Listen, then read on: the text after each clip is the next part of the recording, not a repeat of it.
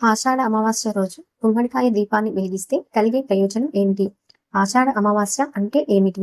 ఆషాఢ మాసంలో వచ్చే అమావాస్యను ఆషాఢ అమావాస్య లేదా తెలంగాణ ప్రాంతంలో చుక్కల అమావాస్య అని, తమిళనాట ఆడి అమావాస్య అని పిలుస్తారు.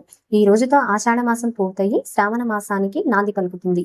పితృదేవతల ఆశీస్సులు పొందడానికి, గృహలక్ష్మిని ప్రసన్నం చేసుకోవడానికి మరియు ఇంట్లోని దరిద్ర బాధలు తొలగిపోవడానికి ఈ అమావాస్య ఎంతో శ్రేష్టమైనది.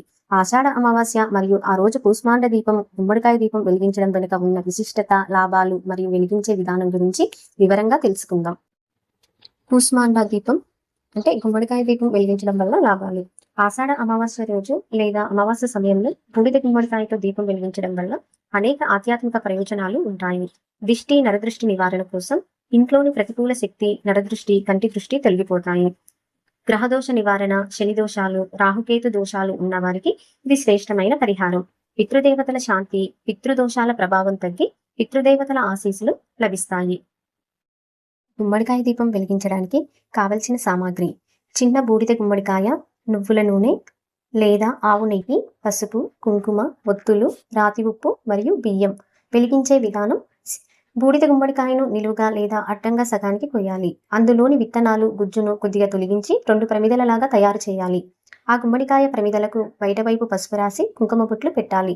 నేరుగా నేలపై పెట్టకుండా ఒక పళ్ళెంలో కొంత రాతి ఉప్పు, దానిపై కొద్దిగా బియ్యం పోసి దానిపైన గుమ్మడికాయ ప్రమిదలను ఉంచాలి.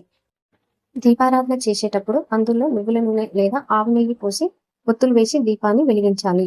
దీపం వెలిగించి ఏం చేయాలి, ఎక్కడ వెలిగించాలి అంటే, ఈ దీపాన్ని ఇంట్లోని పూజా మందిరంలో కంటే ఇంటి ప్రధాన ద్వారం బయట, సింహద్వారం వద్ద లేదా ఇంటి ఈశాన్యం దక్షిణ దిశలో వెలిగించడం శ్రేష్టం.